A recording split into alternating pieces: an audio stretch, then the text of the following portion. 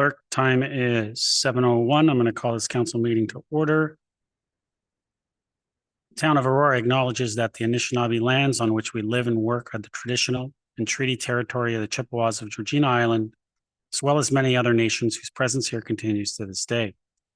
As the closest First Nation community to Aurora, we recognize the special relationship the Chippewas have with the lands and waters of this territory. They are the water protectors and environmental stewards of these lands, and as a municipality, we join them in these responsibilities. We further acknowledge that Aurora is part of the treaty lands of the Mississaugas and Chippewas recognized through Treaty Number 13, as well as the Williams Treaties of 1923. Shared understanding of the rich cultural heritage that has existed for centuries and how our collective past brought us to where we are today will help us walk together into a better future. Council, can I get a motion to approve the agenda?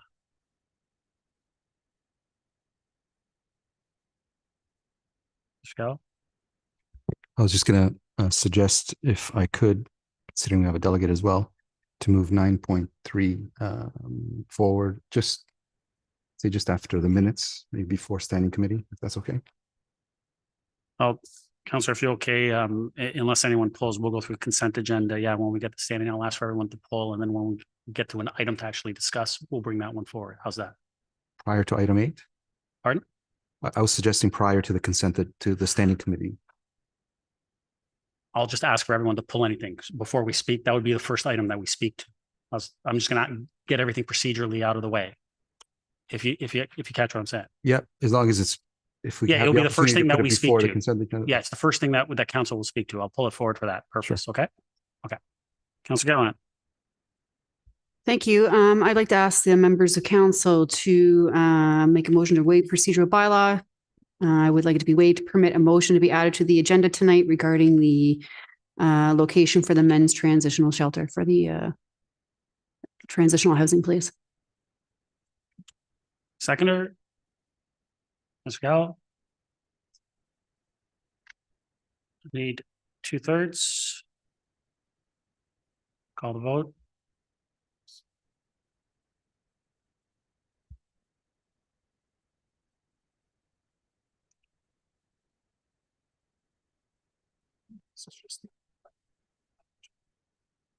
Right.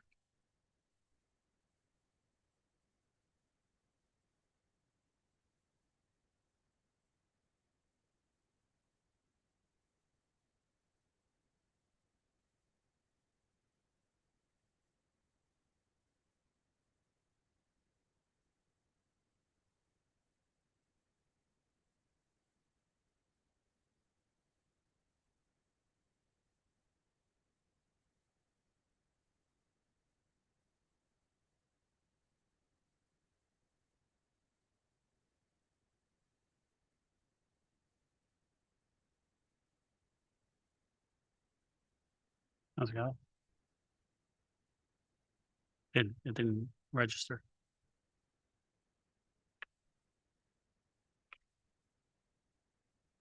Do you want to just tell me? Yes, Councillor Gallo, yes.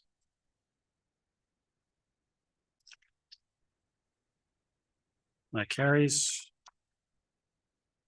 Still need a motion to approve the agenda. As amended. Pardon? Yeah, as amended. Yep. Yes. Councillor Gallo, Councillor Gardner. Comments, questions? Call the vote.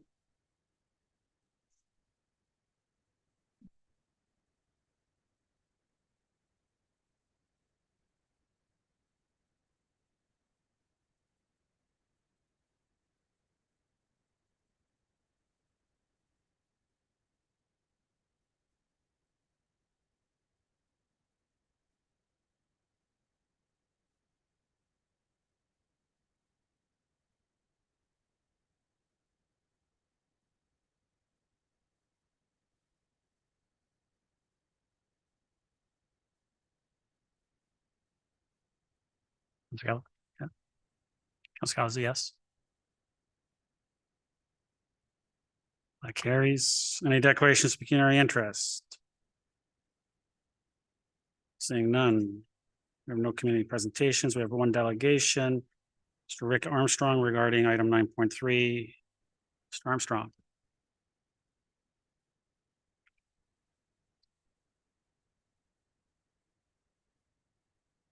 Welcome. If I can just get you to state your name, and you have 5 minutes, sir. Rick Armstrong. Hello, Mayor, councillors, public. I'd just like to make a few comments on this obviously much anticipated pay raise that keeps coming up for the third time. And I'm wondering,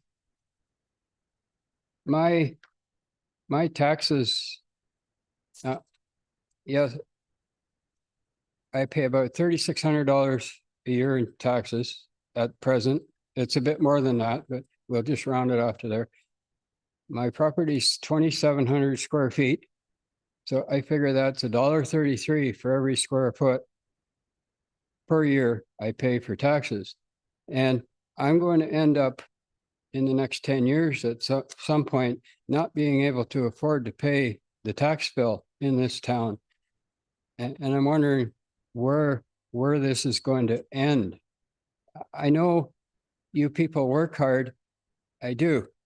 And I'm not begrudging you that at all, but you were voted in the last election, and 8.1.9, you're asking the mayor to do something that I'm going to ask you to do, and leave that till the next election and put it as a point in the election, like a referendum, that you present the pay raise idea to the electorate instead of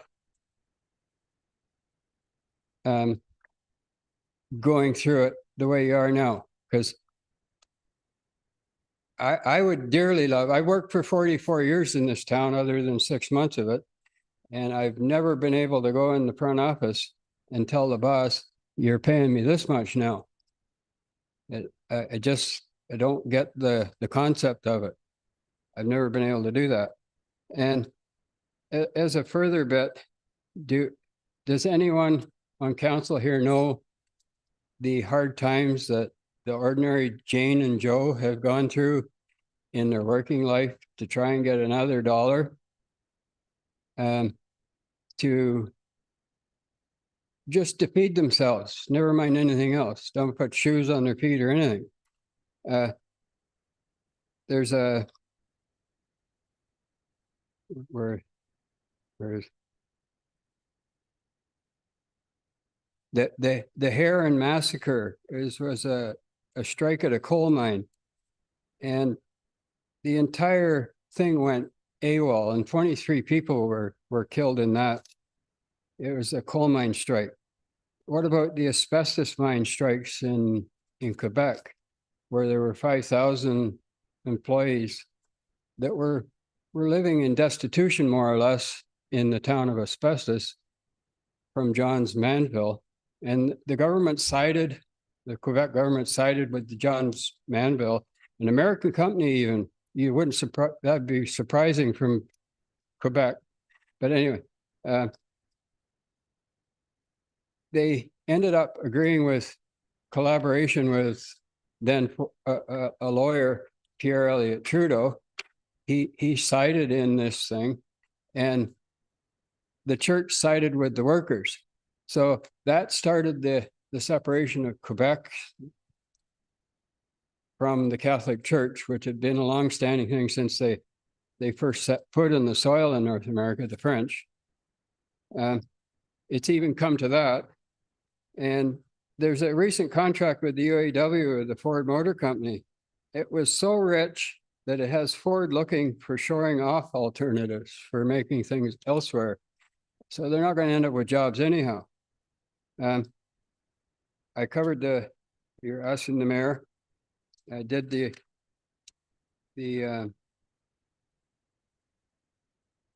anyway, okay. I think I've said my piece on that. So I will shut up, other than I do appreciate you calling the new park John Abel, after John Abel. He's a man that's very much missed in this town. Thank you very much. Thank you, Mr. Armstrong. And just get your hold up just in case there's a question for you. Councillor, any motion to receive and refer?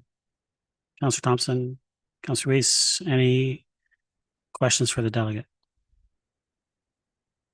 Seeing none. Mr. Armstrong, thank you very much. Yep. Call the vote.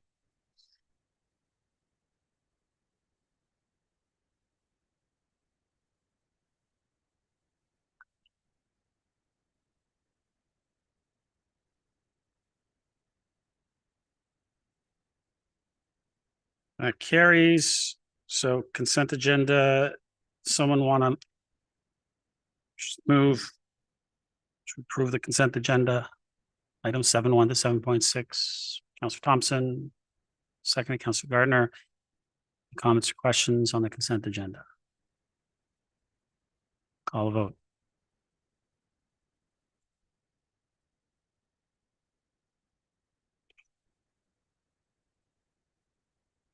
That carries. Standing committee reports. That includes both 8.1 and 8.2. Are there any items that want to be pulled? Councillor Gilliland. 8.1.7, 8.2.1, 8.2.8.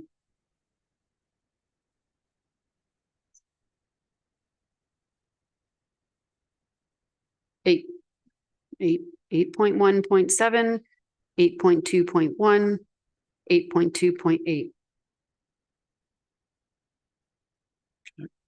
Anyone else?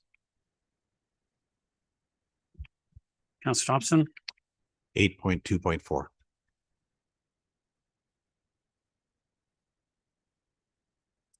anyone else? I get a motion to approve. Oh, Councillor Weiss, 8.2.6. any others? Hang on, just a minute. You get a motion to approve all items in the standing committee report? Yes.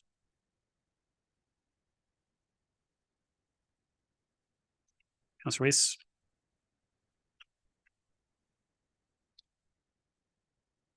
Sorry, I'm just trying to find the 8.18. Oh yeah, sorry, I was looking in the wrong spot. Yeah, 8.1.8.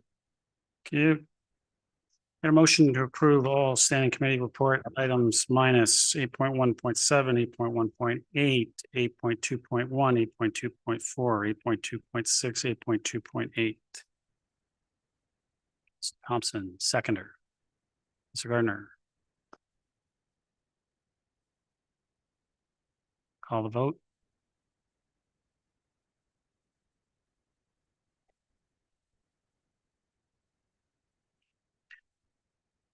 That carries. So now I'll move 9.3 forward. Councillor Gallo, it's your motion. Do you want to move as is? Thank you. Seconder. Councillor Gardner. Mr. Gallo, floor is yours. Thank you. I'll be quick. There's really only two main things that I wanted to bring forward, and that's why I brought this forward. I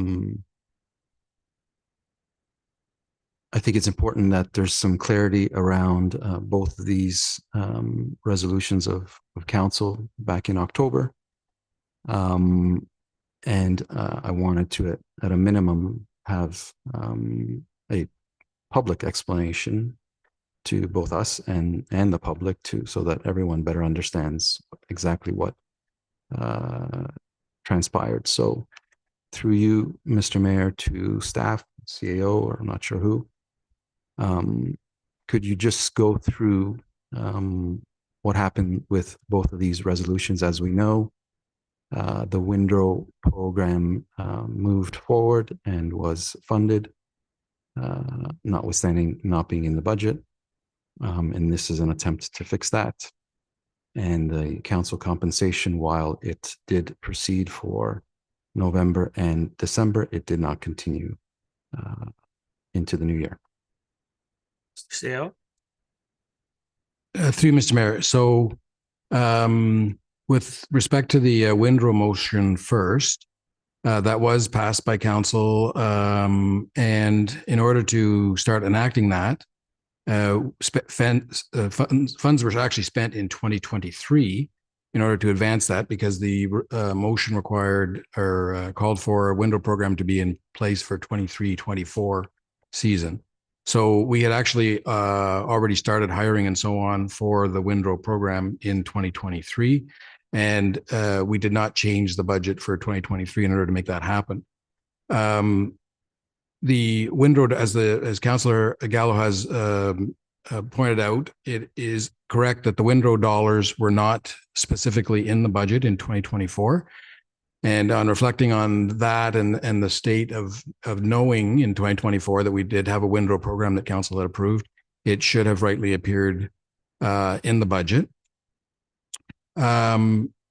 It was, however, something that was, the pilot program itself was identified as being in the budget. And on page 11-10, under the heading of implementation of seniors Windrow removal program. So it was in the budget binder editorial piece, but not in the numbers themselves. And so when this was first raised by Councillor Gallo, I thought that we might be required to put a report on the agenda to make that correction to the budget. But in further review of it with staff, the actual the delegation of authority bylaw allows staff to make technical adjustments to the annual approved capital and operating budget based on business needs and good accounting practices. So in fact, based on good accounting practices, which I agree were not followed by having it's a $0 item because it would have gone in as a cost and came out of the reserve. So it didn't have any impact on the levy. So in keeping with good accounting practices, we are prepared to administratively make that change to the budget. And so we don't even technically require council's approval to do that. With respect to the council compensation, that item is a little different in that, as everyone is aware, this was the first time that the mayor, under the new strong mayor powers, was to present his budget to council. Obviously, staff are involved in the preparation of that budget, and there is some back and forth about what's in that budget and where it lands and what's not in it. And staff were directed to remove the council compensation that had otherwise been approved by council in the previous year. And so on that basis, consistent with the strong mayor powers, that item was not put in the budget that was presented to council. Councillor. Thank you. It's also my understanding based on our meetings. Through you, Mr. Mayor, could you just one last thing in terms of procedure, if you wouldn't mind going through, and I realize we're somewhat trailblazers in this regard, and I appreciate that, and it wasn't an easy thing to go through. However, there's serious issues, serious topics that need to be taken seriously. So if, through you, Mr. Mayor, could you just go through the process in which the communication took place regarding whether or not council compensation is or is not in the budget? CO. Through you, Mr. Mayor, certainly. So the initial conversations with budget, we get some broad direction from the mayor as to the type of levy impact that he is prepared to present as the first draft of the budget. So that becomes the anchor point. And so there's a number of conversations that would occur around getting to that number. Inevitably, the first draft of a budget is generally higher than the ideal. And so we're then forced to, normally we would wrestle as staff first to get it to within a reasonable range and then let council decide. Since this was the mayor's budget, our conversations were with him in terms of what items he was prepared to allow to be in his budget. So we had conversations about staffing in general as being one of the major areas that would increase the budget outside of existing operations and sort of a go forward plus inflation kind of approach. So there was detailed conversations about staffing. And one of the points that were raised in those meetings was explicit instructions from the mayor that it was his choice not to have the council compensation included in the 2024 budget. And he asked that that be removed from what otherwise would have been in there as by the passing of the motion. Councillor. Thank you.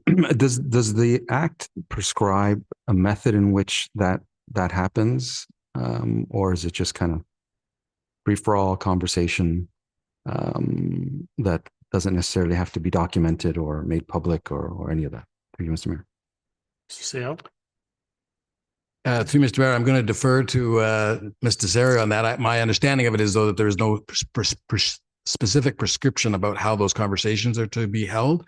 That at the end of the day, it's the mayor's budget, and obviously, as staff, we would help the mayor in the creation of his budget in this case. But I'll let Mr. Desario comment on that.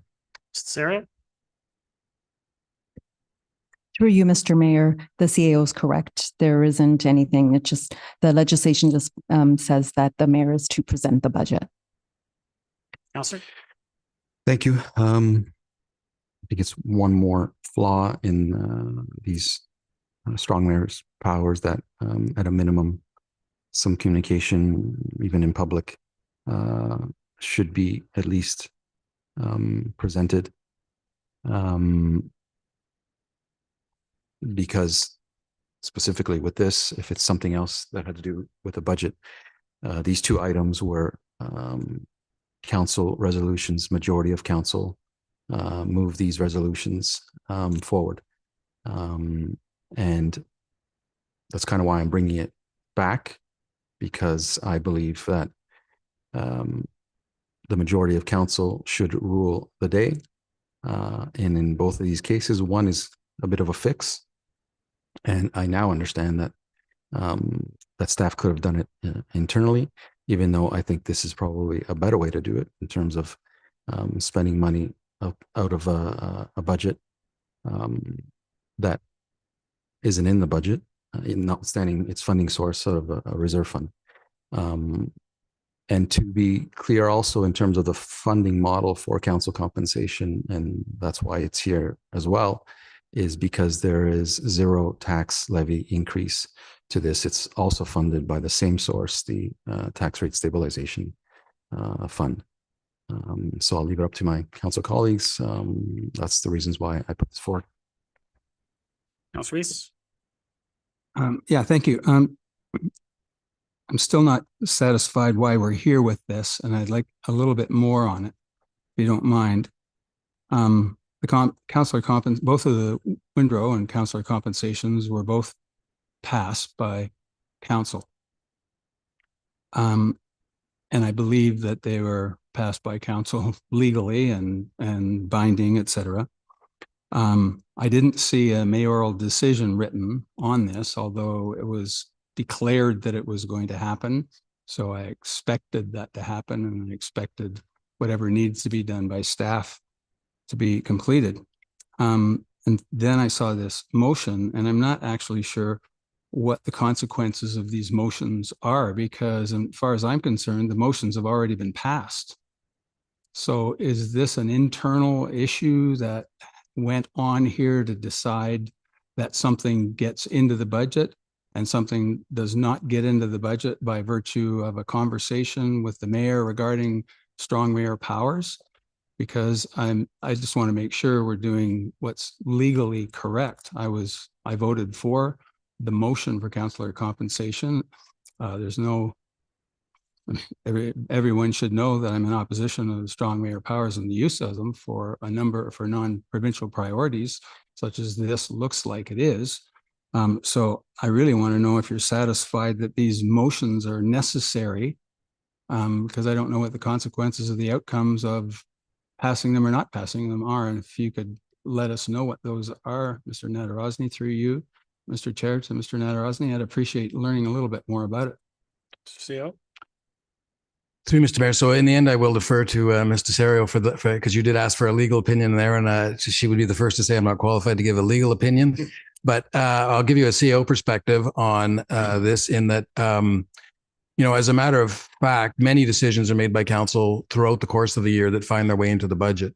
So a big one that I can think of, for example, is the settling with our union. where that was a council decision. The number was presented to council and it was approved by council. That's a big one, and that's a sort of an anchor point. But when you think of it in terms of service level discussions or anything really that council talked about that had an implication on the cost of or the service levels that we were doing, then all of those things find their way into the budget.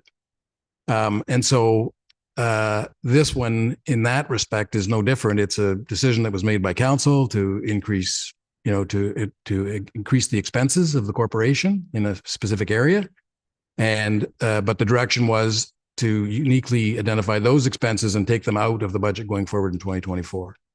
I believe, and this is where I'll turn to Mr. Serio, I believe from a legal perspective, the strong mayor's powers as it relates to budget would allow the mayor to go into any of such of those decisions that were made by previous councils that have come to form the basis of what is the budget.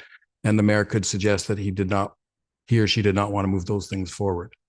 So I think it would be a consistent way that we would handle any real budget change, whether it directly as a result of a motion or, over time, all the motions that councils, this council or previous councils have passed that have come to create the budget. But I'll let Mr. Serio speak to the legality of it. Serio?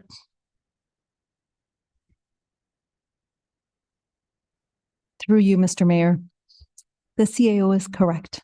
So in terms of the strong mayor powers, all it suggests is that the head of council has the power to propose and adopt a budget. There aren't really any parameters as to what should be included in the budget. There is a section in the Municipal Act that talks about a budget, but it just talks about debts and doesn't talk about what needs to be included in the whole of the budget. And when you had said that the mayor didn't have a direction to staff about, it would be difficult for him to put what to include and what to exclude every line item in the budget. So it wasn't included on his mayoral direction to staff. Councillor? Well, with respect, I would say that this is a little different than the average line item, just because of the public interest in it. So be that as it may, I still don't have the answer about why this motion appears here. What will be the outcome of a yes or a failing or an approved motion here? Because the resolution here is that it will be put into the budget. And then if that's the case, will the mayor continue with his strong mayor powers and remove it from the budget, which means we're back here talking about the same thing over and over again, but having almost the same result with strong mayor powers being there to remove it from the budget.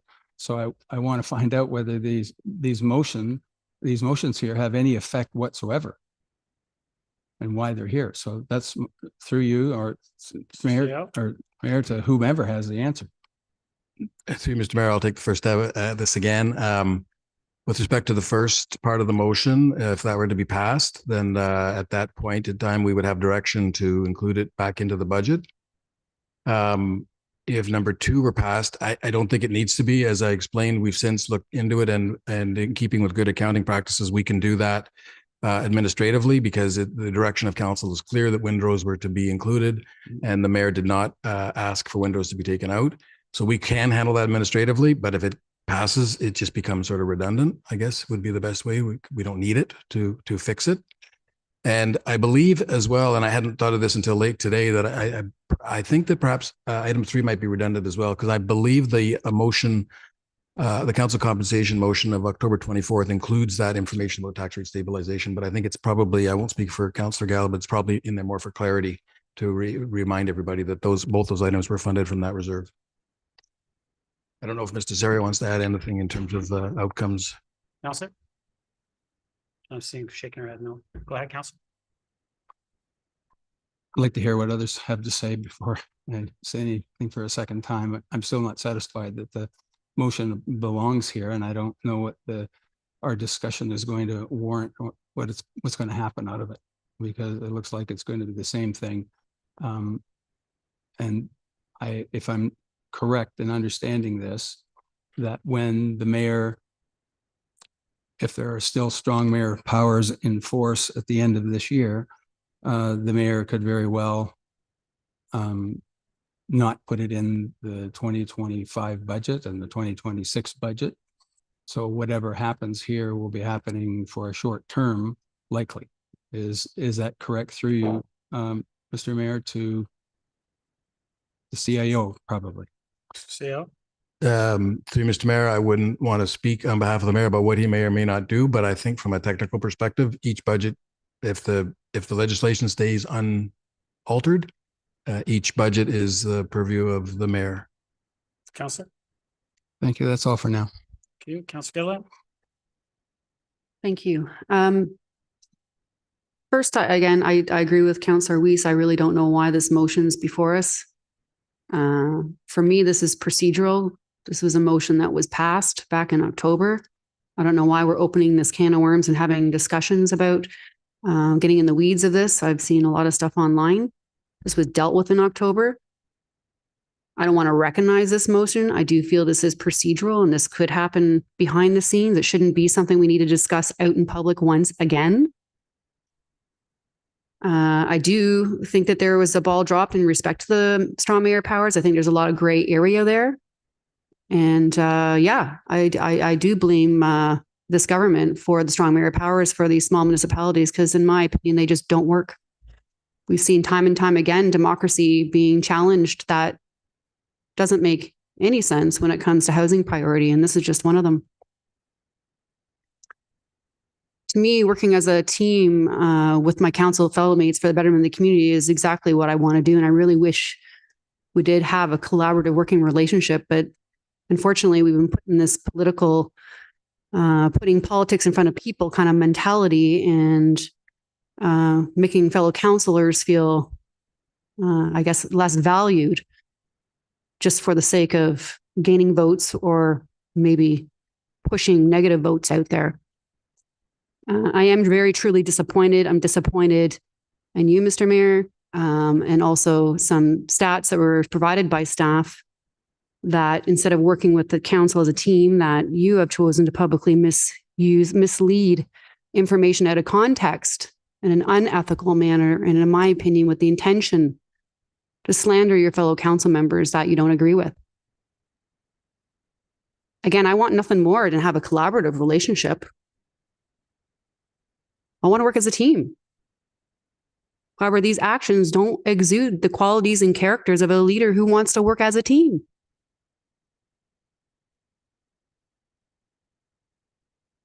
I'm not going to recognize this motion. I'm going to leave it at that. But I am glad to see that Vaughan has also passed their own resolution for their own compensation effective July 1, 2024 as well. And, you know, if anybody has any questions, by all means, reach out to us directly.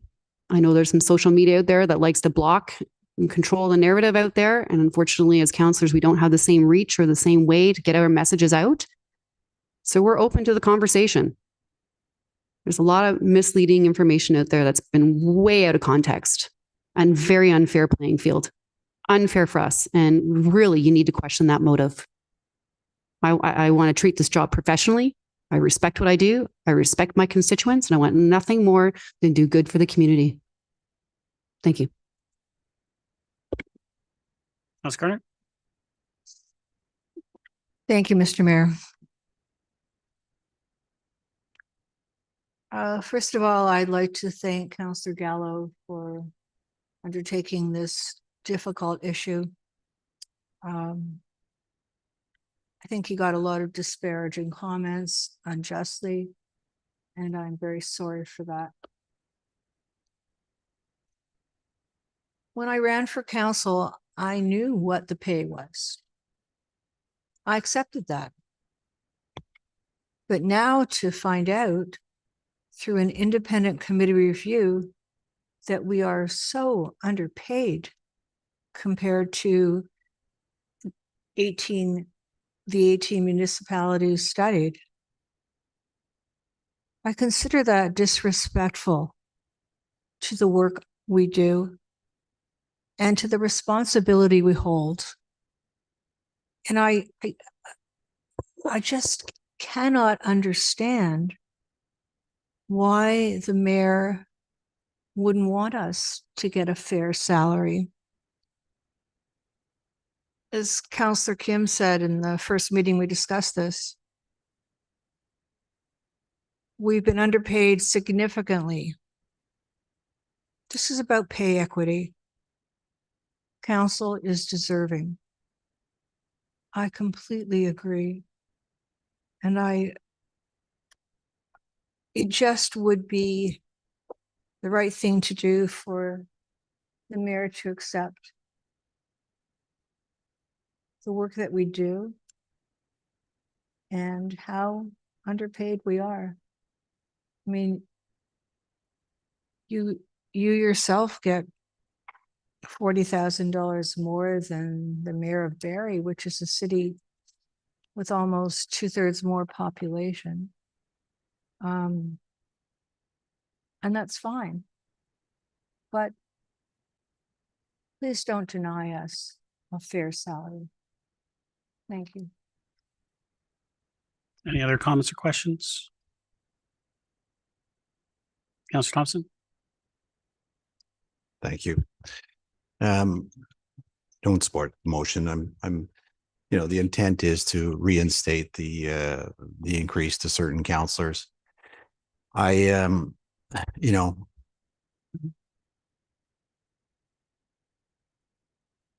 I think back to some of the comments that I've heard throughout this first year on our term, and I've heard people refer to question the value of certain items or incentives, making reference to the residents pinching pennies, making reference to residents' struggles.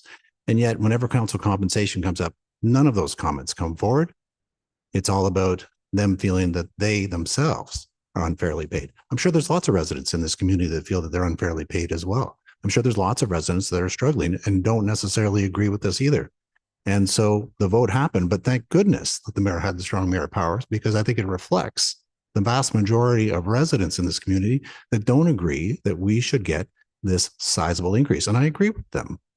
You know, we all knew what the pay was when we signed up. When you threw your name in the hat, you knew exactly what the compensation was.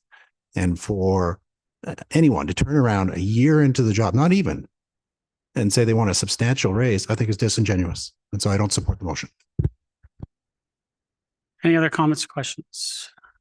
Councillor Gardner, second time. Thank you, Mr. Mayor. I mean, there are many ways to spin this, and I don't know where some of the information is coming from. I've been in contact with hundreds of residents over the 20 years that I sat on council.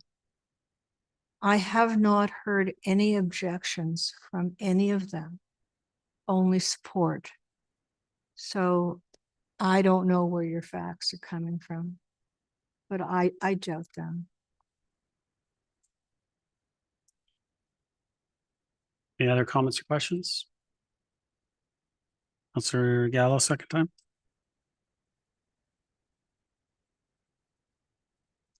Take particular umbrage that I'm being insincere, or what was the term you used? Disingenuous. I'm disingenuous by putting this forward. You know, I wasn't going to bring this up, but you know, it was the disingenuous that bothered me, because I don't believe I am. However, let's discuss a few things. Councillor Thompson, you had brought up last time we discussed this about pecuniary interests, and I just wanted to put that first of all to bed through you, Mr. Mayor, to staff, whether or not the Act allows us to do this type of thing, and whether there's any pecuniary interest involved. Mr. Clerk. Thank you, Mr. Mayor. Through you, the Conflict of Interest Act states that when a member is considering their own compensation, there's no pecuniary interest. Councillor. Thank you. I'll further quote you, Councillor Thompson. On October 27th, at around 1 hour and 31 minutes, you said, "I don't support any increase for this term, period." At 2 hours and 1 minute, you referenced pecuniary interest and the Municipal Conflict of Interest Act, quoting, and I quote, "A pecuniary interest is where there is an expectation of loss or gain by the member and you explained a few other things. You continued to say a member of council may have a pecuniary interest when the result of a matter before council could impact either positively or negatively the member's finances. And you went on to say this could include greater employment benefits.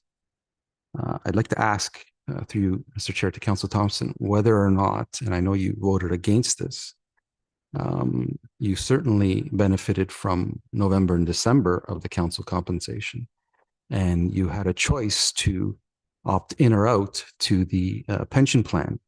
Would you like to tell the public whether or not you opted in to the pension plan? Councillor Thompson? Yes. Councillor Thompson, Mike?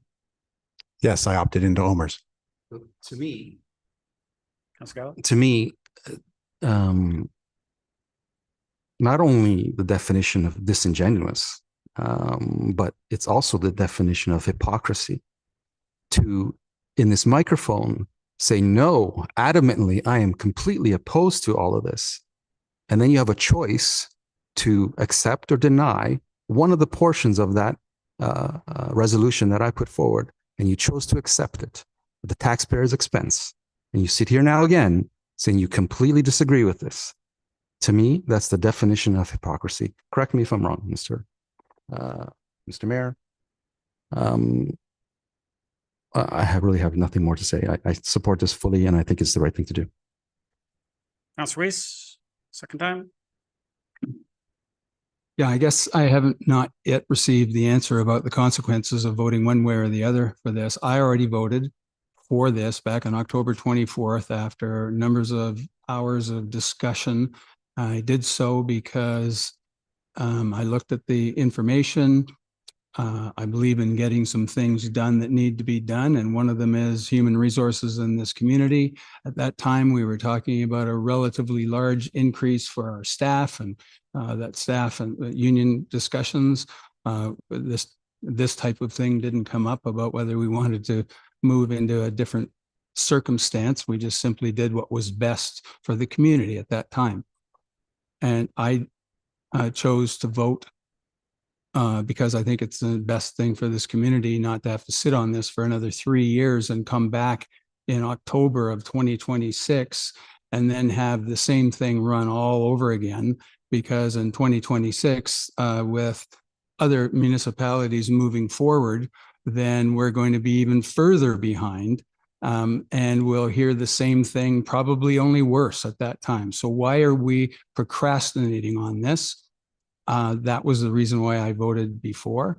And I will vote for this again at this point, just simply because strong mayor powers were used. I think I haven't seen a mayoral decision written. I've heard testimony from the CAO and our legal experts here, but nothing has given me any reason to say that anything has changed since October 24th, which is why I asked why the motion is here. This isn't a reconsideration of the motion. This is a procedure. We're talking about the motion was passed, duly passed here in council. And for some reason, we have this complication of something being put in that was passed, the Windrows, and something not put in into the budget with councillor compensation. I was accepting of the decision, if there was a decision, of the councillor compensation not being here. I didn't like it. I think it's wrong, but I'm accepting of it because those are rules. So I'm still not sure what the consequences of me voting one way or the other on this. If I vote yes, what happens? If I vote no, what happens? And no one has told me, because this is obfuscation as far as I'm concerned. It's very unclear as to what needs to be done. So I've asked the question before. I still don't have a really good answer. So I don't know if you want to direct that to someone else on the staff, but I'm sticking by the original vote for the original reasons, and here we're talking for an hour on the same thing. So tell me how to help me with this. Seal. Through you, Mr. Mayor, if this is passed, I believe it would constitute new direction to staff to put the compensation back in place. Councillor.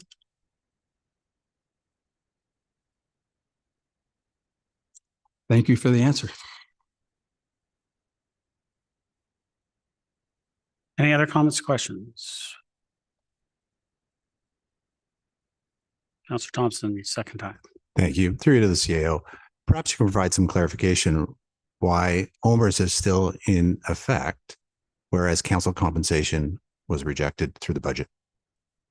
CL. Through you, Mr. Mayor, once we've allowed OMERS to be allowed councillors to be included in OMERS, then they can't be taken in or out. Once they're in, then they're in, and we can't change that. And sorry, Councillor Thompson, I can add upon that. So when we had discussions about this and from a budget perspective, and that I was going to exclude this from the budget, that came up in our conversations. And because there was a member of council that did already enroll prior to 2024, therefore I felt it was unfair to exclude the OMERS from every other member when one member is already receiving it. And so therefore I left that specific piece still in the budget. So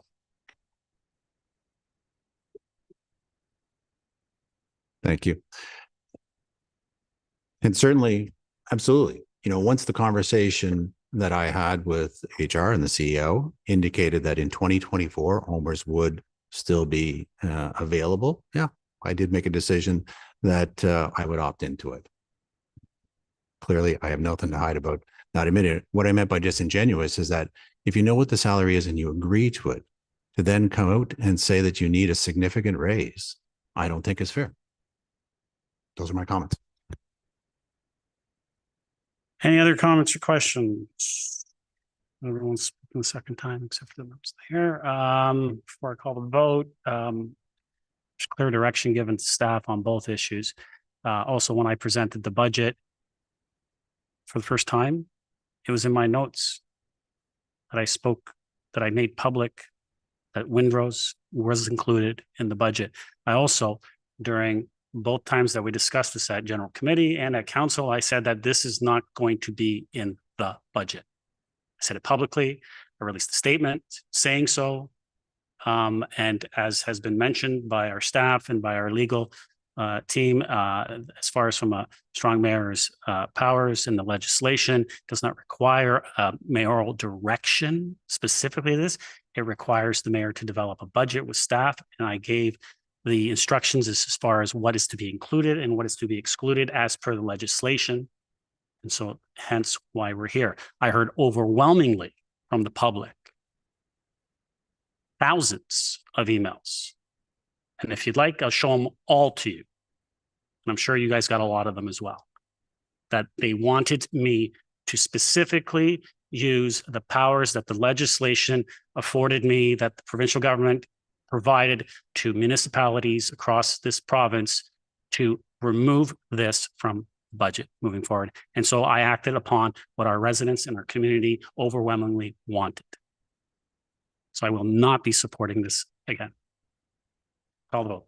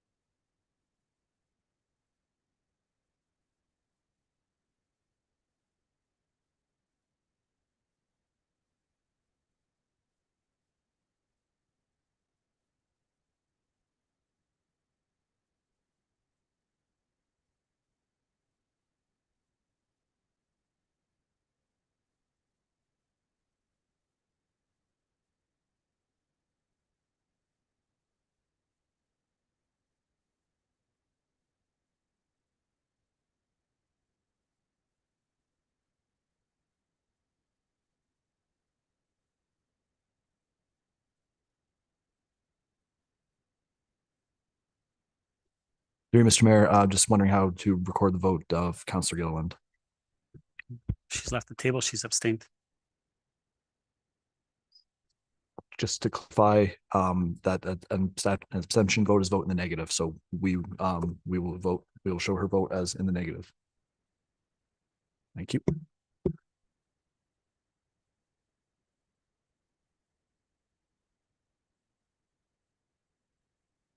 Councillor Weiss?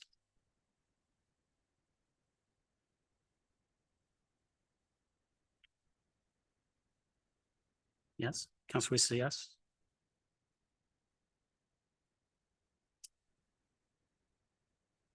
It's defeated.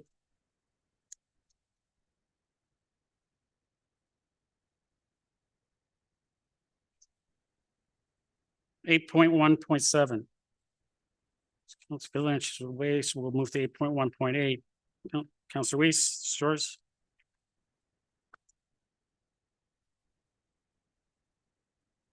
Move as is. Yeah, I'm just getting it up here.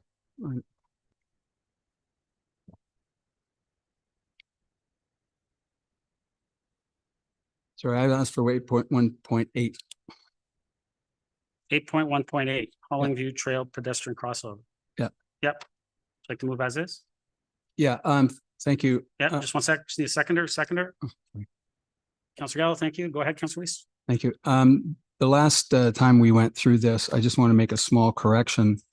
And the correction had to do with Councillor Gallo's interest in putting a barrier so that people couldn't cross that street and would go down the sidewalk and go through the normal way of having the crossing guard there.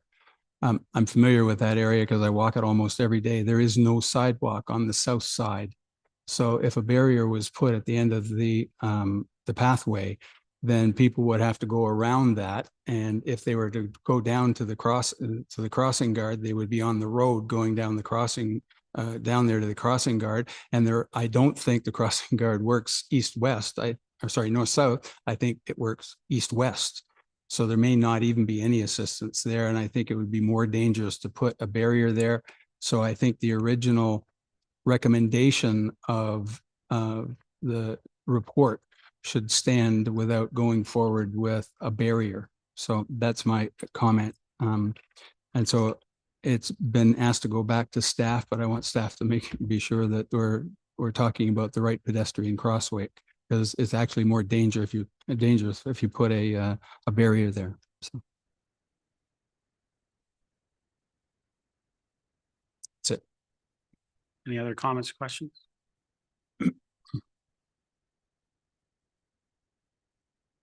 I'll vote.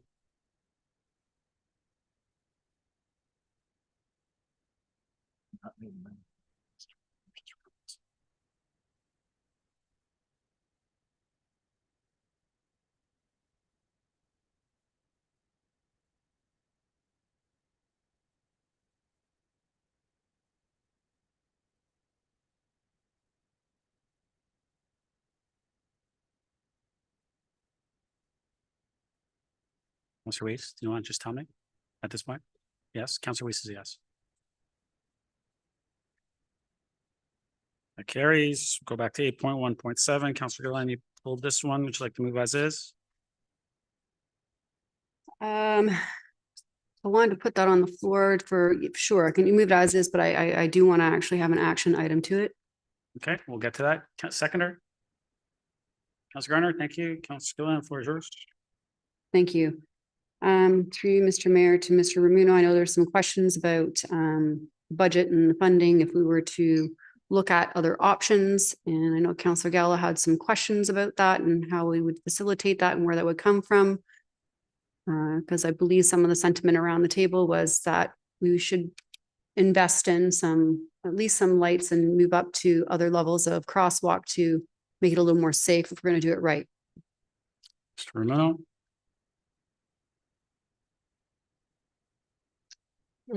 Through you, Mr. Mayor, I may have missed this, but we do have additional information reports on both those items later on in the agenda where we explain some of the options that we looked at specifically for the Hollandview trail. But yes, there is a financial impact if council recommends that higher level of a pedestrian crossing. And we'll just, we've identified in the report that we would then need to utilize funds within one of the, I think, road reserves to fund that project. But again, 9.1 and 9.2 are the additional information items that staff have brought forward to discuss those two crossings. And I have our traffic analyst, Michael Haw, here. If there are any detailed questions, he can speak to those. Councillor? Okay, thank you. Maybe Councillor Gallo wants to ask questions to clarify on the budget, but my preference is for this particular crosswalk that I prefer level 2 type B, PXO. That one has a little flashing signs and signs over top, just a little, make it a little more safe because we are going in and around the corner. I feel like what staff recommended was the most minimal approach, and I feel that it needs a little bit more indication there to make it a little bit more safe. So that would be my preference. I will defer to Councillor Gallo if he wants to ask questions about that budget. Other than that, that's probably what I'm going to put on the floor.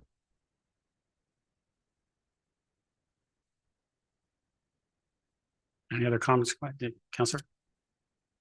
No comments or questions? Well, I would like to opt in for level 2, type B as the crosswalk for the Aurora Heights Drive as the choice, because originally we all did not choose at that time, and that's the recommendation that I like to put on the floor. Seconder?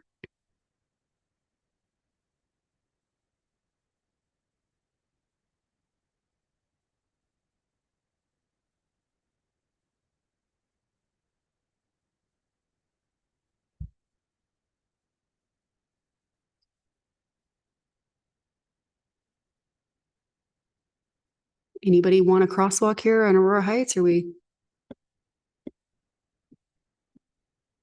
Councillor Gallo, second. Okay. To the amendment?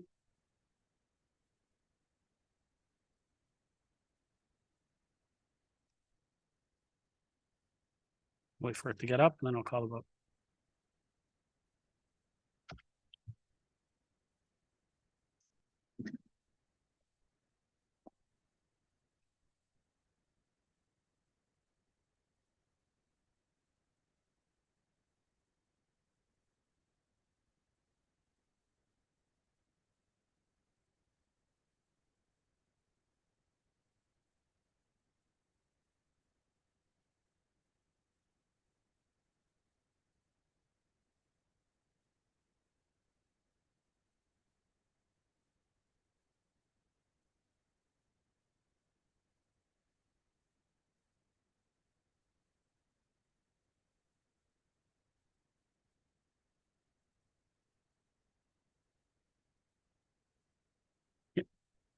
Councillor, if I can make a suggestion, we do need the funding source, roads. Ms. Wainwright Van Kessel, Through you, Ms. Mayor, roads and related development charges. on the charges. So Councillor, if you're good with that, I'll ask Councillor Gallo if he's good with that, then we'll just add it into this and we'll vote on it right now. Are you good with that? Thank you. Thank you. Yeah, Mr. Clerk, if you guys can just add that in. Funding source, thank you.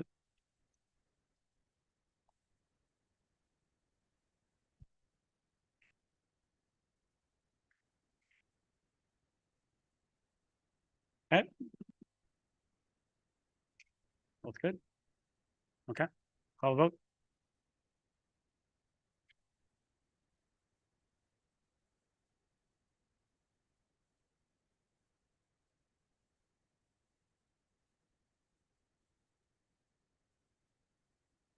That carries.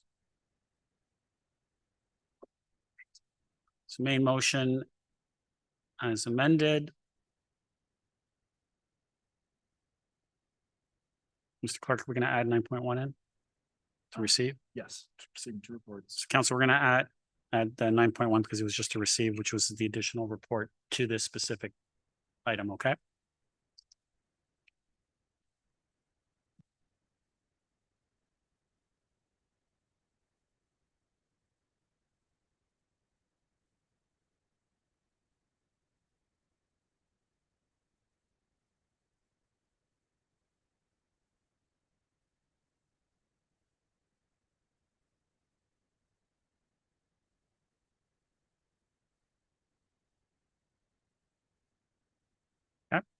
Call vote.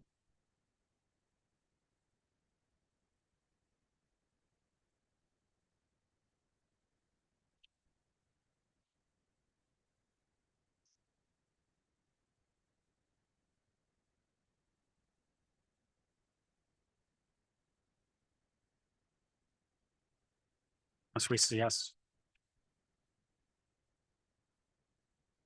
That carries. Council, just because I forgot to add it into the last one, can we just quickly just receive 9.2? Just get it out of the way. Which was for the other crosswalk. I just didn't add it onto the thing. Okay, so if someone want to just move Councillor Thompson, seconder, Councillor Gallo, it's just to receive. So 9.2, Linda, and then I'll just call the vote.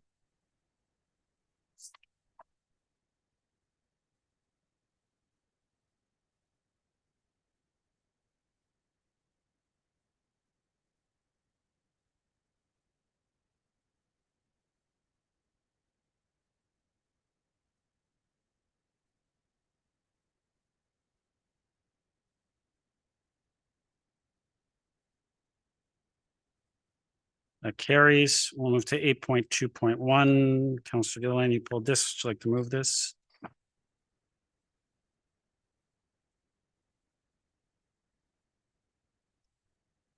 Yep.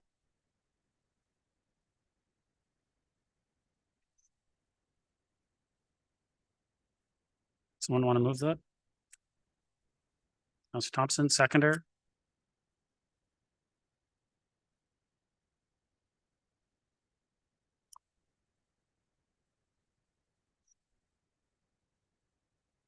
Councillor Gallo, thank you. Councillor Gilliland, go ahead.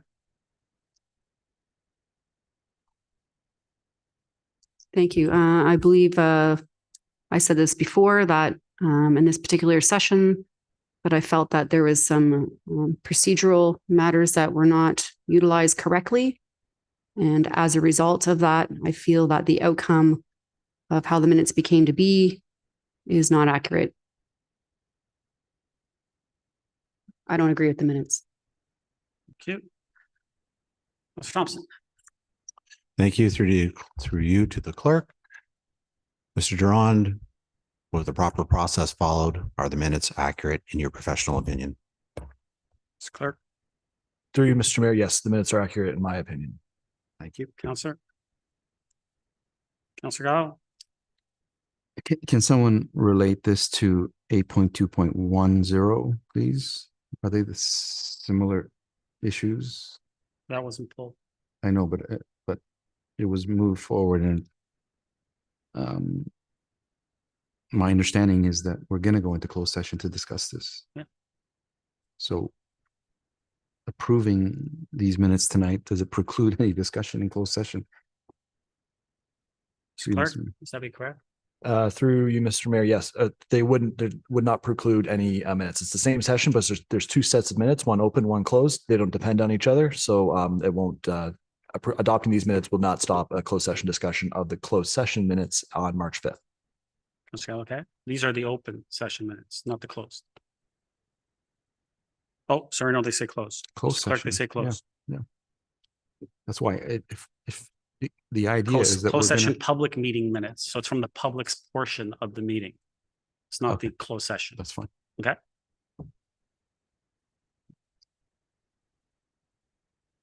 Any other comments, questions? Call the vote.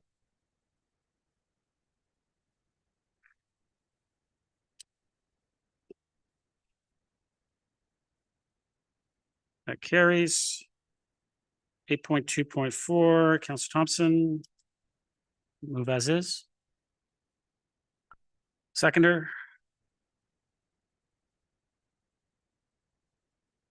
It's the recommendation out of committee, whatever the recommendation was out of committee. Councillor Gallo, thank you. Councillor Thompson, go ahead. Thank you. I'm going to put an amendment on the floor right off the start. That an amendment to the procedural bylaw that makes the procedural bylaw consistent with provincial legislation and strong mayor powers be brought forward for an enactment. And if somebody seconds it, I'll explain why. Is there a seconder?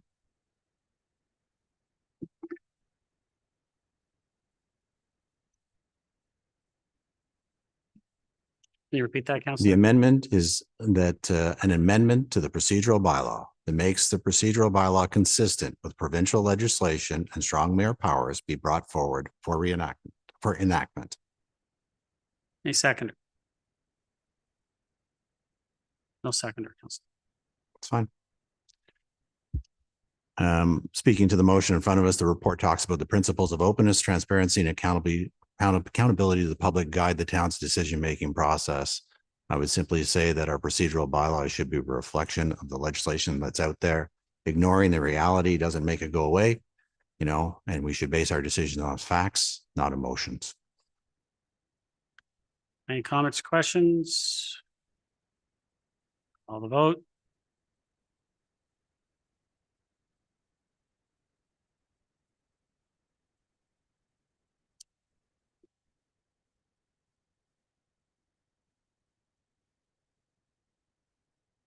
That carries. 8.2.6 Petch House considerations. Councillor Reese, you pulled this one. Would you like to move as is?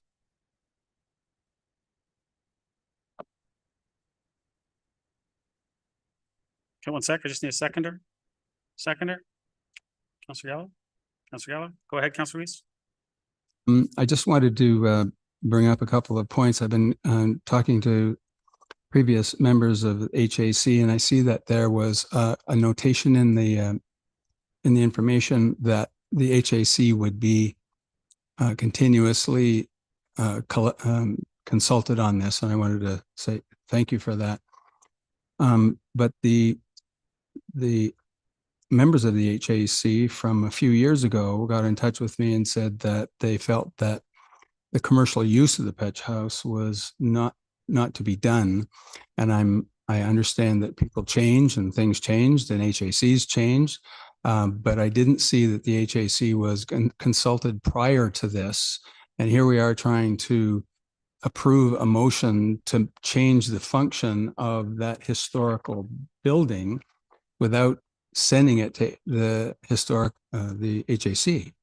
And I'm just wondering through you to Ms. McDougall, if she's had conversations with or discussions with HAC that says that the commercial use of this is something that would be appropriate and that they would approve it. So through you, Mr. Chair, to Ms. McDougall.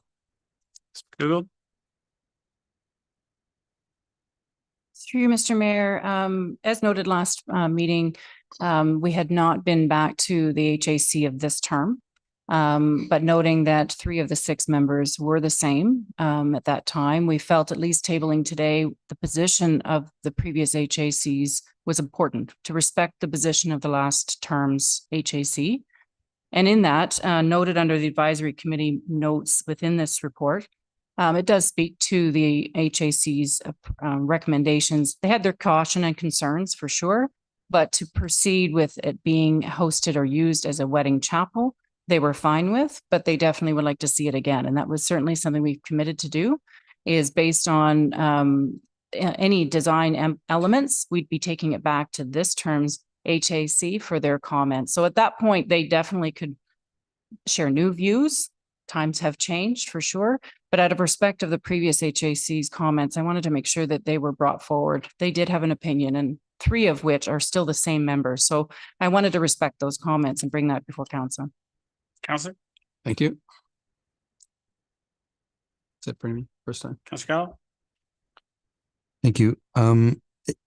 Through you, Mr. Mayor, is there a timing issue with this? Because I have no issues with bringing this back to the HAC and just confirming what at least the members that were there are still in agreement, and there's some new members that are very active, and maybe we can gain something from them. So I have no issues with referring it back to the HAC. I'm just wondering if there's a timing issue. Ms. McDougall. Through Mr. Mayor, no, there is no timing issue at this point. Obviously, taking it back, if council wishes, we can do that. I'll let others speak, but I'm happy to put that forward. Councillor Thompson.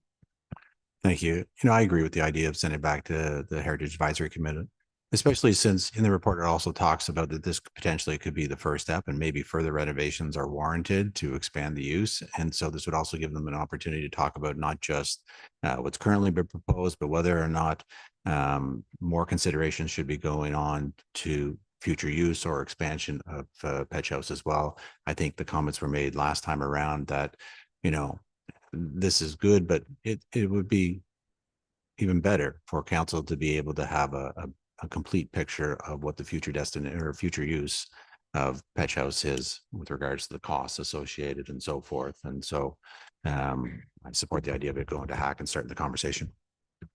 You, Councillor Weiss, second time. Yeah, thank you. And I think, you know, once the horse is out of the barn, it's hard to get them back in. And if we've established this is going to have a use, I think it's going to be there forever. So I think it's important that we have the HAC. The other question that that came up afterwards was really about the amount of service that happens in the chamber. And it wasn't really clear.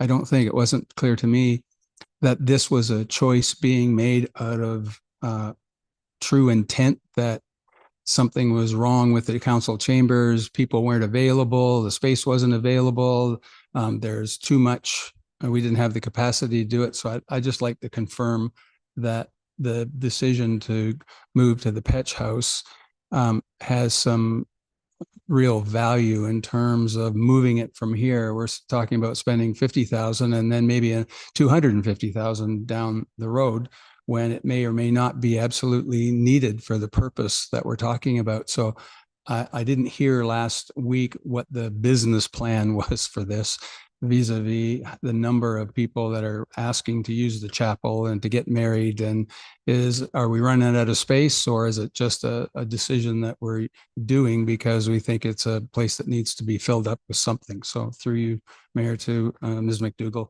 Mr. McDougall. Through Mr. Mayor, actually, twofold to that. It was a previous request and direction of council to consider the Petch House as a wedding chapel. So staff were directed to go away and consider it for that purpose. In saying that, currently today, this past year in 2023, we had 45 wedding services happening here in the council chambers, just shy of one a week. In some cases, 2 or 3 in 1 week and then the next kind of thing. I think considering the use of the Petch House, it definitely is an alternative and a nice alternative to use it for this purpose, in the sense that it can be left set up, where here there is that set up, take down on a weekly basis. And the idea, and noting that the desire for more services is increasing, it's continuing to increase. So we see it growing, and having the chapel in the Petch House provides that flexibility to run multiple through a week, not just on Fridays. Right now, we're trying to conserve them to Fridays only, again, because of the turnover and the use of the chamber for other purposes, more business related purposes. Council. Thank you. Any other comments, questions? I was going to say someone needs to put it if you guys want to go to committee. Okay, Councillor Gallo's not going. Thank you, Councillor Gallo. I'll move to refer to hack. Refer it to hack. Seconder. Defer or refer? Refer it. Refer. Refer. Refer. Yeah. Yes, thank you. Not yet. Councillor Thomas, second. Call a vote on the referral.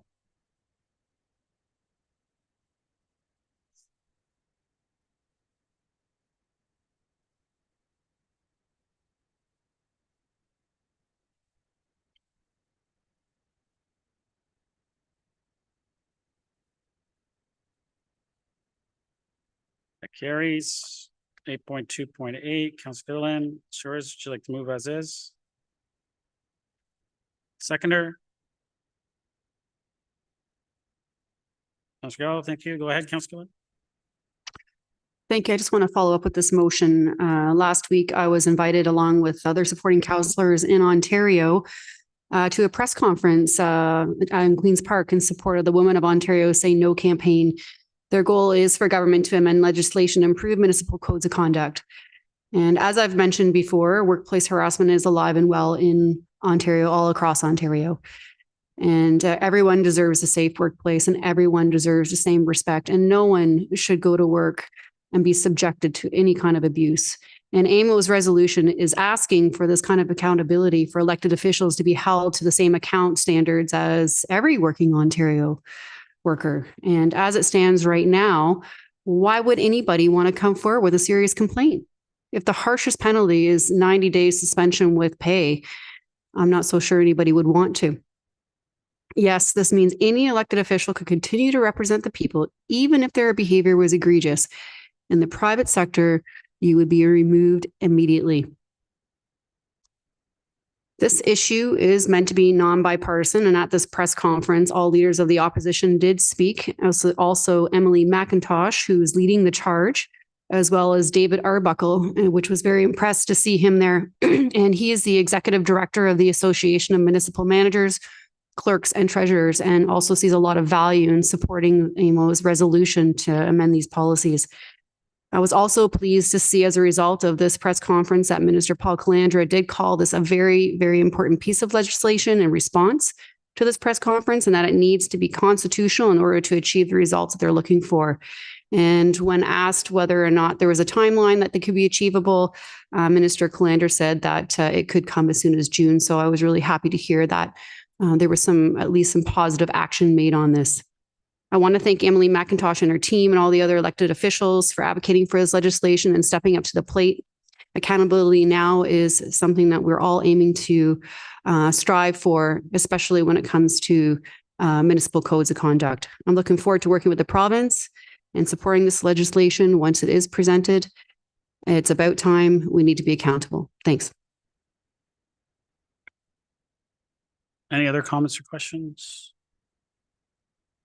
I'll vote.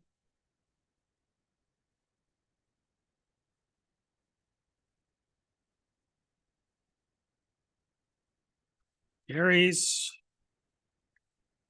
Additional motion. Councillor Gilliland, Ms. Majoris, would like to move as is. You seconder. Councillor Weiss, Councillor Gilliland, go ahead.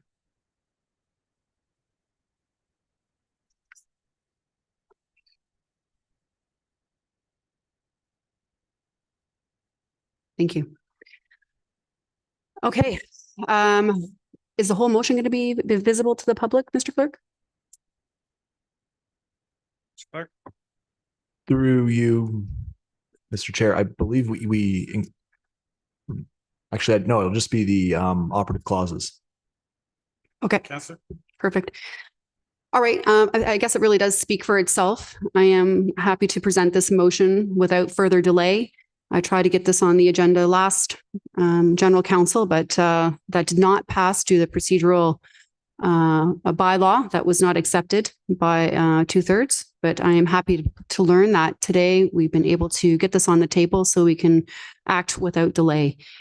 Aurora does need to do its part. It's very evident that, as you are aware, council did deny an application recently for transitional housing. And we are in much need of being proactive in finding a solution for the most vulnerable people in our community. And I feel, especially as an elected official, that it's our job to be proactive in this and offer as much solution and assistance as we can as municipality find some properties of interest, since that seemed to be the real root cause of this application being denied was the location. This motion, I hope, triggers a plan of actions on alternatives sooner than later. And I'm asking my fellow colleagues to support this in doing so as soon as possible so we don't make any delay. The resolution in front of us does ask staff to identify 3 potential sites for alternative housing in Aurora and to work with York Region staff. I encourage you, if any council members have any ideas or recommendations or things that they would like to contribute, by all means, let's get our heads together and be a part of the solution. So I look forward to my fellow colleagues supporting this.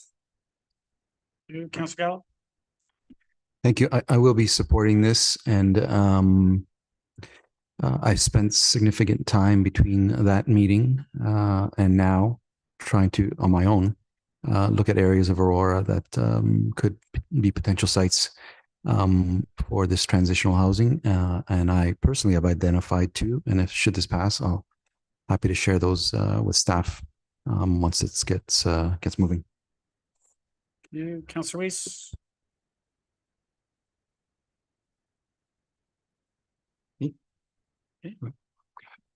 Yes, I'm in favor for this as well. I'm just wondering about the wording though. It says proactively work with Region of York staff to identify 3. Could we use it up to 3 sites? I mean, if they don't get 3, do we wait for another year or another whatever? I just say come back by the end of 2024 with a result that has up to 3 sites on it. If it's 1, we'd be happy to look at 1, but I don't want them to be limited to 3, and I don't want them to waste any time. So that's my suggestion on that. I don't know if others would approve that friendly amendment on it. Mover and seconder, okay with that? No, you don't want that? Okay. No, not yet, not. Councillor Weiss, you want to continue? Oh, that's it, fine. Thank you. Councillor Gardner? Thank you. I would like to add the word viable in. Identify 3 viable potential sites. Hey, Well, Councillor, I think that. You instead think of that's words, implied? And this, I think if we give our intentions known to staff, I think that the general consensus of the motion itself that the councillors put forward speaks to the Okay. fact of 3 potential sites. But if you make your comments known, I think staff will take that into consideration as they proactively work with Region of York staff. I think it is understood, but I would like to have the word viable in there. I will ask the mover and the seconder when that time comes. Any other Yeah, I comments, or can't questions for a first time? Councillor Gilliland, go ahead, second time. Thank you. I just really want to make a comment to Councillor Weiss. I understand what you're saying, but I think some of the bone contention was the fact that a lot of the public were saying that there was not more than 1 site that was identified, and I really don't want to go back into that spiral. So I want to see at least a minimum of at least 3 potential sites. They could be some that are not very good, but at least they'll come back with something. And if anything, I would say at least 3. Maybe they come back with more sites than 3. But I certainly don't want to leave the door open for them to come back with 1 because I don't want to go down that road again. As far as the word viable, Councillor Gardner, I'm just not sure what you mean in the context of that. If you can maybe explain. Councillor Gardner? Thank you, Mr. Mayor. I can come back with 3 potential sites, but are they viable? Are they going to work? Maybe the word potential covers that. If you think that's understood, I'm okay with that. But I want these to be real sites. Thank you. Councillor? Hello? Okay, perfect. Thank you. Okay, I mean, Councillor Gardner, I see what you're saying. I'm happy with a friendly amendment to make it more of a viable site. I think we all have the same intention here, but for the sake of ensuring that it's clear, because I know a lot of times we're very specific on our language, and I'll respect that. So I'm fine if it was for staff to identify 3 or at least 3 viable potential sites, and I'm happy with that. If the seconder agree, are you the seconder, Councillor Gardner? I'll ask Councillor Weiss. Councillor Weiss, are you okay okay with with that, Councillor Weiss? Councillor, I'll take it. Councillor Weiss, you okay? Thank you. Go ahead, Councillor. Okay. Other than that, I think it's self-explanatory, and I can't wait to hopefully get this lifted off the ground and get staff working on it with the region. Councillor Gallo? Thank you. I'm wondering if the mover and seconder would consider a tighter timeline. We're at the end of February, and it'll be nearly another year gone by. Whether or not there was discussions, I don't know, but I'd like to see a tighter timeline, perhaps the summer, to just to get going on this. I don't want to wait till the end of the year to get this going. Councillor? Thank you. I did have a conversation with the CAO in regards to the timeline and had a discussion about that to give more accountability. And it was suggested to me that I gave a little bit more time because there might not be something easily identifiable in that period of time, just to allow them a little bit more leeway. Mr. CAO, I'm not so sure if maybe you want to chime in here on Councillor Gallo is saying, because I know you and I had this conversation. You felt that this was a little bit more achievable. Through the chair, CEO. Through Mr. Mayor. So I made that recommendation after a conversation with the York Region CAO on this matter. And since, you know, it involves working with their staff, she felt that it was going to take some time to come up with 3 sites that the region were comfortable with. Councillor Gallo. Coming. 1 second. There you go. Sorry. Okay. I mean, it does say before the end of 2024, but you know, we all spoke about the urgency of this. Those that were even pro or against the particular site, we all spoke about the urgency of this, and I just don't want it to keep lingering on. And I'll do my part to make recommendations that I think are viable. Thank you. Any other comments or questions? Call the vote.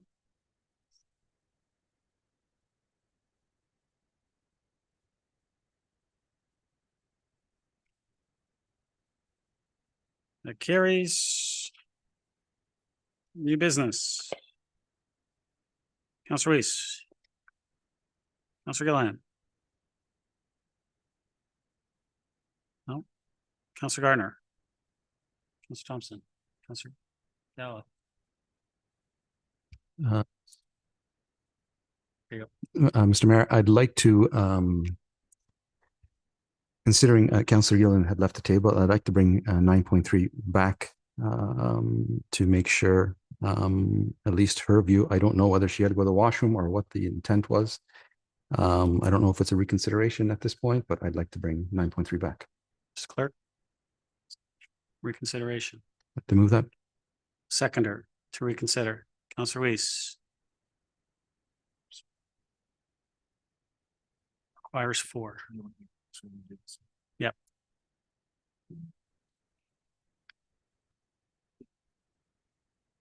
I'll get to it. Just let me get it on the screen first.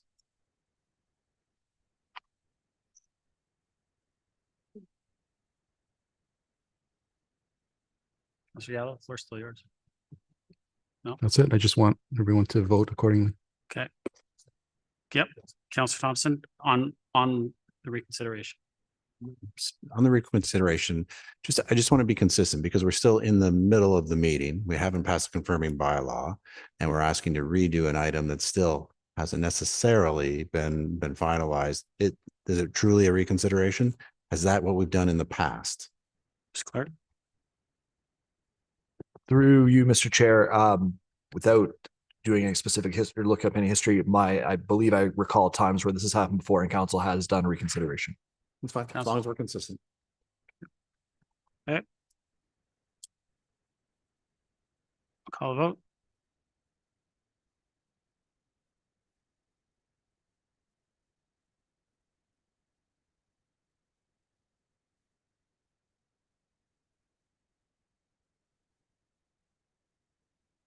That carries. Back to 9.3. Let me just call the vote. Call the vote.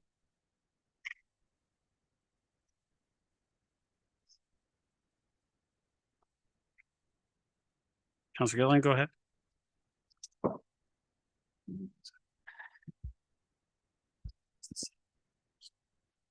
I was under the impression by some colleagues here that I was counted as an abstention versus being absent, and it's unfortunate as it was not in the chamber. But from what I understand, there was more conversation had, and perhaps Councillor Gallo, you could fill me in on some of the follow-up questions you had after the first round of councillors who spoke. Since you would like to hear a little bit more of my opinion on this, I would like to hear your follow-up in response to what everybody had to say. Council, we're not going to go through the entire conversation again. Everyone spoke twice. I allowed Councillor Gilliland because she did leave the room. She only spoke once. We are not going through an entire conversation on the exact same motion. This is a reconsideration and I haven't heard this this will be me hearing it for the first time, with all due respect. Then we should have stayed in the room. Councillor Gallo, go ahead. I'm not cutting any leeway. I'll give you leeway on this one and then I'm calling the vote.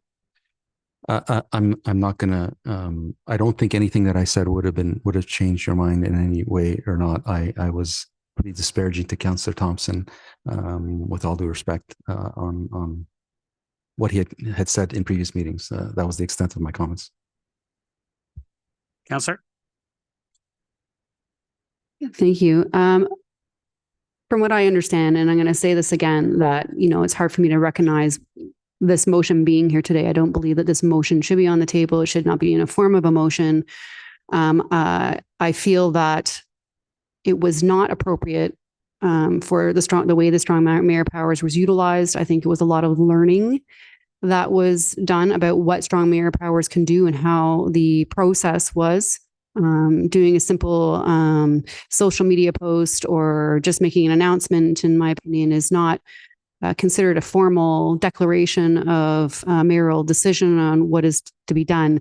So, I feel like having just a flyby conversation by walking by an office and saying, oh, by the way, we're not going to include this, is very informal. And I feel there's a lot of broken process involved in this. And I look at this specifically procedurally, and this is why I feel this shouldn't be a motion here. And I'm really disappointed that we're having to have these conversations all over again, whether or not we actually should have an increase or not. This is not about the increase, it's about procedure.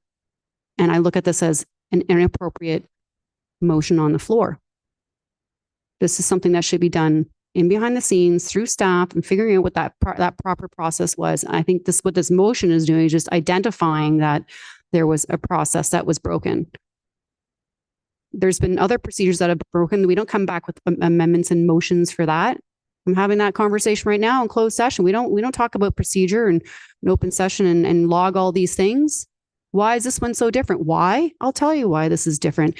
Because this is politically engaging and this is a way to get out there to ensure that we can cause a ruckus with the public all over again. It's an easy one. And I don't want to engage in this.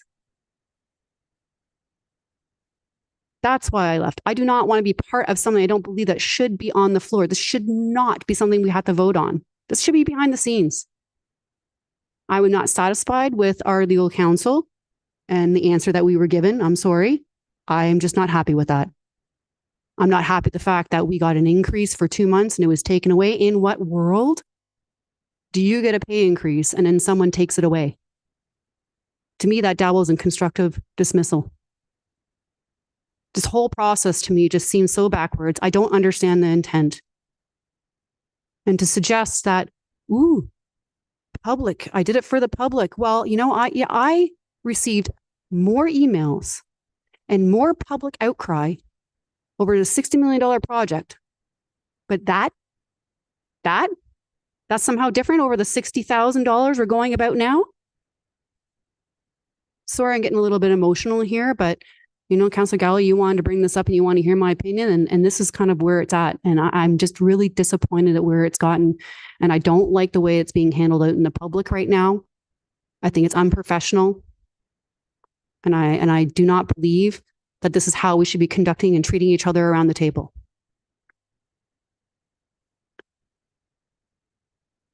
I want to understand what the consequences of this too. And I understand Councillor Weiss was asking this question. So I guess my question is, because I don't think I actually got the answer through you, Mr. Mayor, to Ms. Desario, I guess I really don't know who to ask on this, is can the mayor still remove it from the budget if he chooses?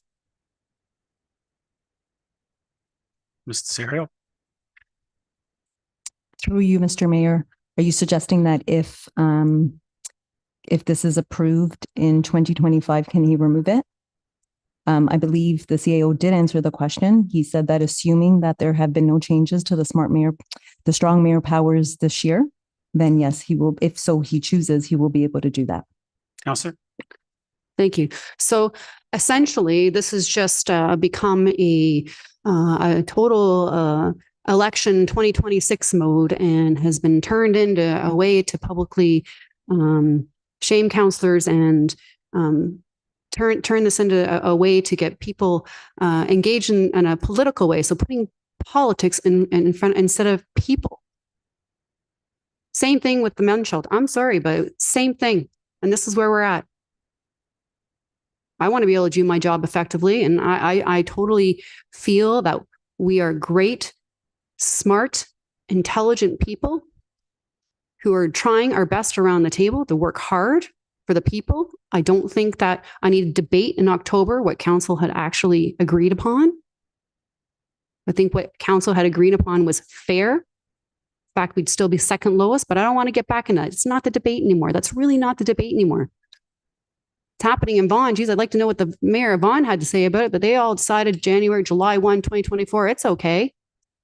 Why? Because it's normal. We do it every year. We vote on budget. Every year. And whether a committee decided in October of 2022, would that have made any difference? No. Time. Councillor Weiss. I'm going to allow you a little leeway, but everyone's spoken twice, as I mentioned. My question is very easy. I think that Councillor Gilliland left the table, and I was quite surprised that it was identified as an abstention when there was she didn't declare an abstention, she was absent. So having her vote counted as a nay vote, I want the clerk to tell me whether that's in fact the procedure that should be done. Should it be a nay vote when they're here and they leave, or do they have to say I abstain? To you, to the clerk. Through you, Mr. Mayor, Section 45A2 of the procedure bylaw states all members of council or committee will vote on all motions. Failure by any member to announce his or her vote openly and individually, including an assumption, is deemed to be a vote in the negative. I believe the ruling was correct. Councillor? Clerk said the ruling was correct. Okay, so she left the room, I guess is the only difference. And so if you're ruling on, I got a clerk's ruling. We can argue whether you agree or disagree. If you want to say you disagree, that's fine. We can put that in the record that you disagree, but the clerk has answered your question, Councillor. Thank you. Thank you. Mr. Serio, before I call the vote, I just got one question. Were all procedures and process followed as legislatively required in regards to the budget? To you, Mr. Mayor, in accordance with the new legislation, yes, they were. Thank you. Councillor Gallo, I'm going to assume because I didn't ask for a mover and a seconder, that you moved this one as well. And I'm going to just use the same seconder, I believe, which was Councillor Gardner, correct? Councillor Gardner? You did. I have it. The clerk's telling me you were there. So, okay. So I'm going to call the vote.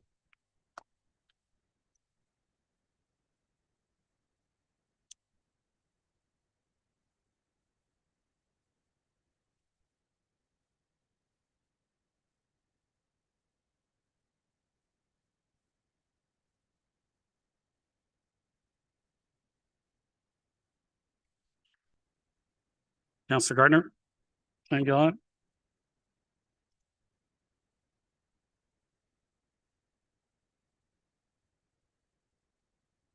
Councillor Gilliland? So you're abstaining again. Abstaining.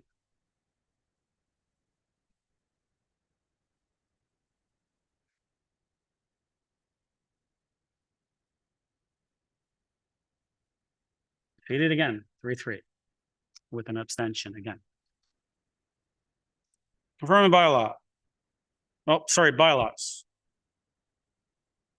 Someone like to move the bylaws?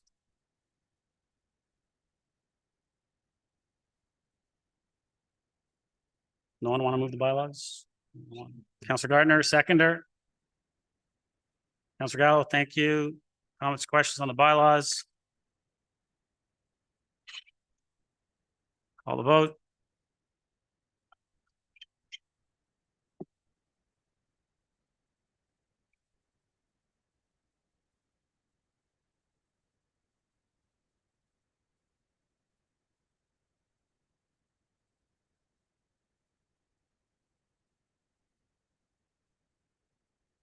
Councillor Gilliland.